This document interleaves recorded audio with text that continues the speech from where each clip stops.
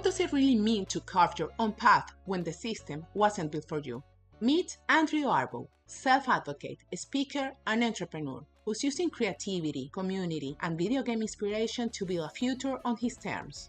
From navigating limited adult services in Connecticut to funding his dream through public speaking, Andrew shares how inspiration from his dad, his barber, and even Final Fantasy helped fuel his journey toward independence and impact. Listen now to episode 6 and get inspired to take your next step.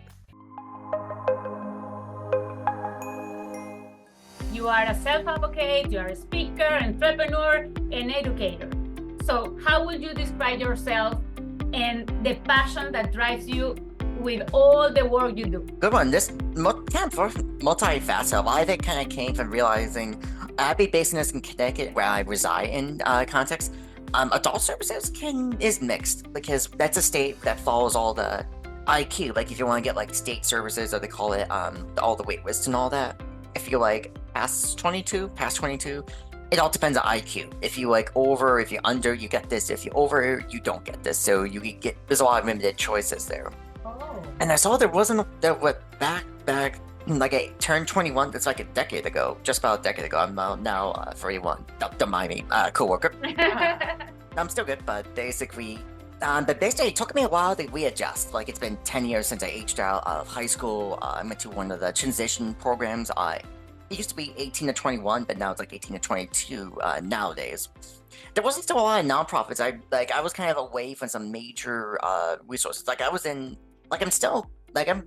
10, 20 minutes away from one of the major cities, but like in terms of like access and community, like autism stuff that I can find, because I travel, like it wasn't a lot there. So it's like realizing that it doesn't have to be this way.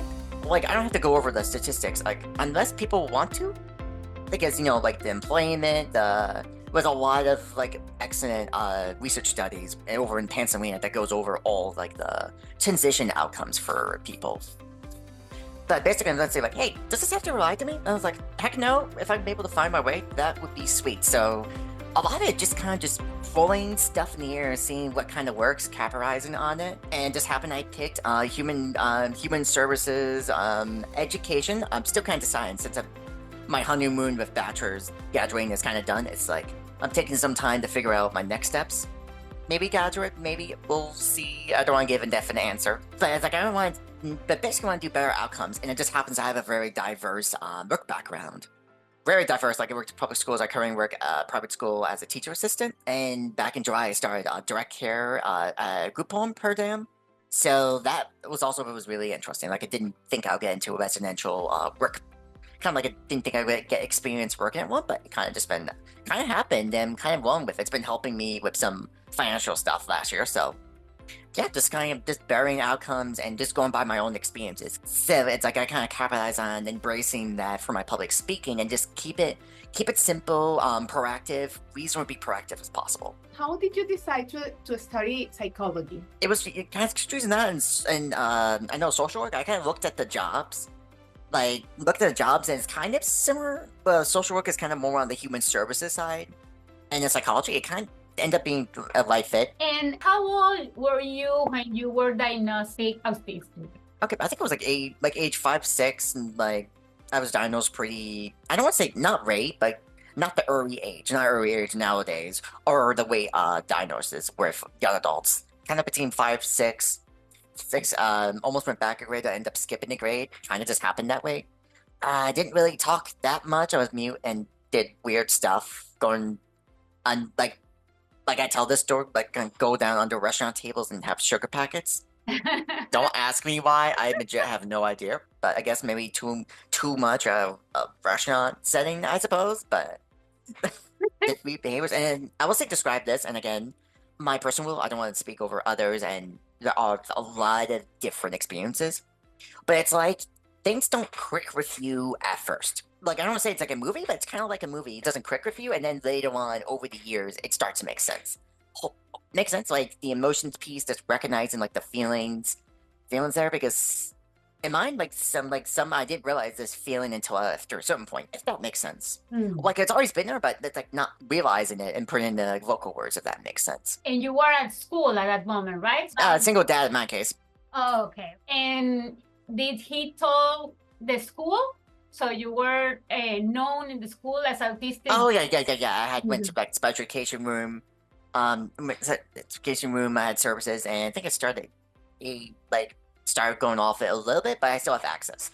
Anxiety reasons. So yeah, I was still part of it. And it was good. It was that good that you had those support and in the school and that, you know, being autistic. Yeah, I genuinely did because there was a public school. I kind of wish I kind of went to school for where I'm currently as a teacher assistant. It's like a therapeutic school.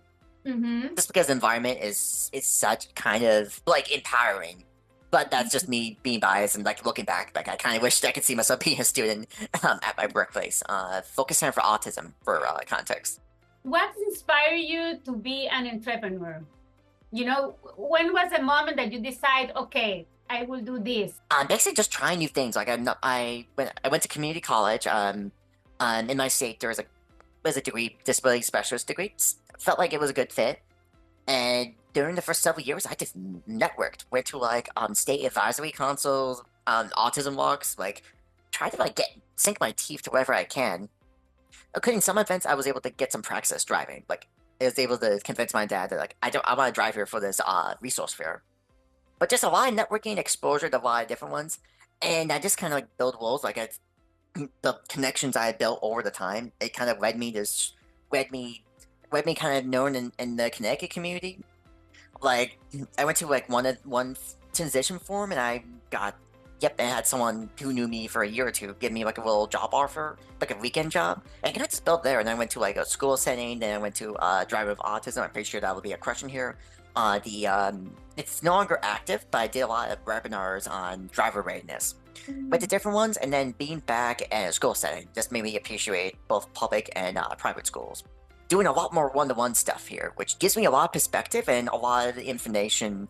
You know, kind of gives me sources of inspiration from my public speaking, my side hustle hat, which I'm sure will have a lot of questions, because that's kind of my main project nowadays. I still do driving, and we did a driving page on there, so I do some very driving stuff, more like consultations, like free consultations on like driver routines, like not like the type where it's all legal, because I'd rather let driving rehab specialists do the job, because I'm not at that level of certification. It's just kind of like, hey, this is something to look at. I have this website with all these resources. Like, come look at this, and I've been there, done that. I've been driving for like 6, and then later this year it'll be 7 years. Good, great. But yeah, just over time, and then thanks to my side hustle, I feel like, and then doing tours, like I've been a lot more exposure. Good. Another question: what do you want to transmit for the people? Why do you think your experience can help others? Just because of my diverse experiences and given the opportunities, and while I'm not exactly there in terms of not executive director, or I'm not like I'm just throwing out there like a random BCBA, like I felt like I still kind of making it a lot of things technically work. Like my experiences, me connecting really well with a lot of different organizations. Like I'm still making it work. I'm getting a lot of different experiences. That's kind of giving myself like the chance. And I want me to go into my side hustle talk, because that's probably been the burning question, one of the burning things. And then that's kind of used that as a medium to kind of express myself. I do it outside my main jobs. Like I recently just did a request for time off for a Massachusetts conference. It's for a special education summit by Week School for Autism. They're in Mass. They're close to Boston. They're kind of in that Boston district area, not in Boston, but around that area. But it's like sharing experiences, getting more exposure, because I want to collaborate with just about everyone. And I'm like no stranger to a lot of different organizations, like Next for Autism in Newark. I mentioned New England Center for Children, Anderson Center for Autism in Newark, and there was a bunch of other the autism societies, which I want to do more stuff with the Autism Society of America one of these days. And just continue exposure, because I did a lot of community outreach, and if they don't get it there, keep trying at certain points, give out some cry time, and then try again. Eventually, you'll get there. I learned that a lot when doing my side hustle, which kind of came from driving with autism. That didn't work, and I realized that a lot I did like from there is from public speaking, and I realized I always had that background. It feels like each week I go passing by. The last couple of weeks, I've been like I did PMT training recently, or back in late December. I had someone ask me, "Are you an instructor?" And I'm like, "I'm one of the students." For example, physical, psychosocial, psychological management training. And then occasionally I get like, hey, you have that speaker background, without realizing I have a website and everything. It just kind of happened. But before I get like ahead of myself or go into like before I go off topic and any of that, it just kind of like give myself a chance and realizing I could pull it off and take things I like and then extending on that more. Like, if you look at my conferences last week, I went to so many different ones. I went to Autism Symposium in New Hampshire. They're doing something in Washington, not DC, but the other Washington. Okay. And I did ARC in Massachusetts. They have a transition, like a 2-year conference. Just get myself out there and give myself more a chance and then extending more so here. And yeah, I just want to collaborate. Like, there's still a lot of push and flowing stuff. I see still occasional stuff on social media. Kind of sad still, but like I want my brand to kind of be like a proactive, kind of diverse and something like extended more, because my work history, like, it's all over the place. Like, I talk to people and I'm like, geez, for work history, you're really diverse. Simple schools, different nonprofits, and completely independent side hustle. One question: if somebody asks you for an advice, imagine that you have somebody that is thinking about, or they have an idea that they want to transform it into a business. What would be your advice? Oh, big one depends. Like side hustles, it kind of varies. Like a lot of stuff, like people do like commissions for art. It can honestly varies. It depends on people's interest.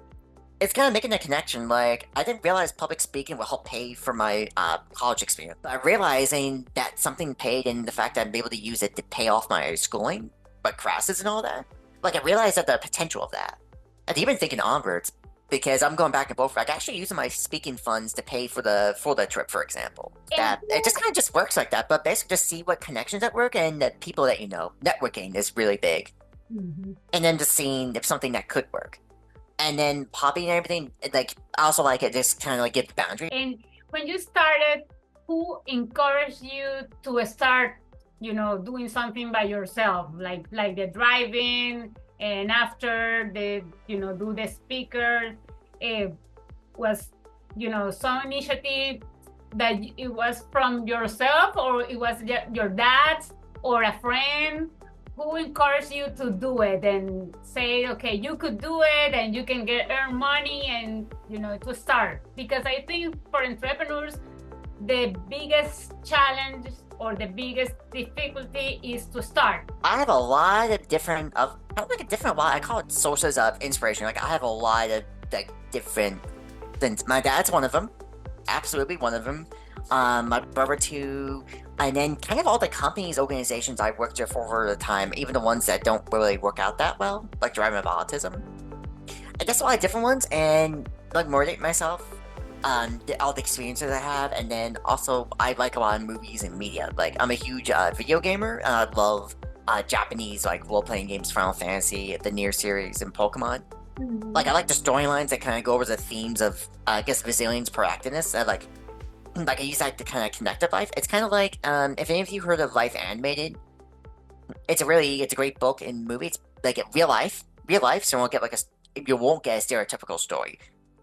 It's one about now I think over 30 years old guy, Owen Seskine, who uses Disney movies to kind of just reconnect. He lost his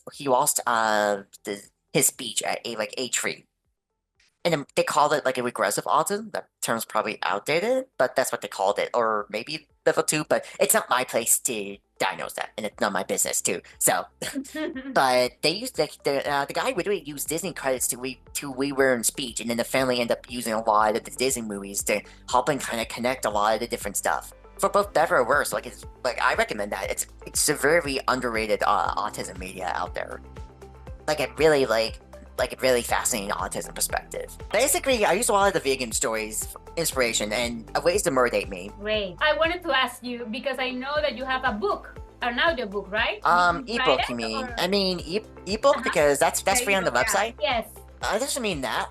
And technically, I'm in a chapter book. It's called For the Love of Autism. I have it mentioned in, let's see, I have my website right here. Okay. On my website, the book's called For the Love of Autism, and it goes over Yeah, it just goes over different people's experiences, and I did one on driving. The driving thing is very important. Is the most in the search in Google is the most search word for the people, for autistic people, if they can drive and how can do it. Even I have a cousin that is autistic, and my cousin, his mom, she's worried about if he can drive or not. So it's something I think is very important that you have helped so many people and you have like a guide. It's good that everyone knows about that. So it's very interesting. So we're finishing the podcast, and yes, it goes so fast. So fast, yeah. Thank you so much for the time. One thing that I like is that you mentioned from the beginning that you are just working on your next steps, that you, even if you are not sure what they're gonna be like, you are just thinking about it. So for sure. Oh yeah, that's why. Oh, sorry. Interesting. Yes. Yeah, that's why I did the speaking series. I was thinking about it, invest in self-determination based off my own experience. It kind of goes over how did I get myself into this sort of thing. And I'm also still taking my time. It still goes over my philosophy of this kind of having like set boundaries because okay, enterprise, and I'm on pretty much, you might be able to see my logo, but Andrew Arboe, you can find me Andrew Arboe, autistic social advocate and speaker. You can Google me. I'm on Burberry.com, where I kind of use that as my website builder, a free one that you could use, and it comes with SEO capabilities. Really cool. I'm also on Facebook, which is probably the easiest way to find me. There's a professional page, also on Instagram. I'm also LinkedIn, where I post kind of like post a lot of my similar content. That's like best ways to find me there. Great. We will share all your contacts everywhere. So thank you very much again, Andrew. You have an amazing story to share with all the audience. We hope to see you for the second part, because we don't have many questions that I couldn't ask you. But that's for sure. We hope to see you again soon, maybe in April, in person. Yeah, hopefully. Thank you. Okay. Thank you, Andrew. Thank you, Andrew. Have a good weekend. Have a good day. You too. Yep, have a good one. Bye. Thank you. Bye. Bye.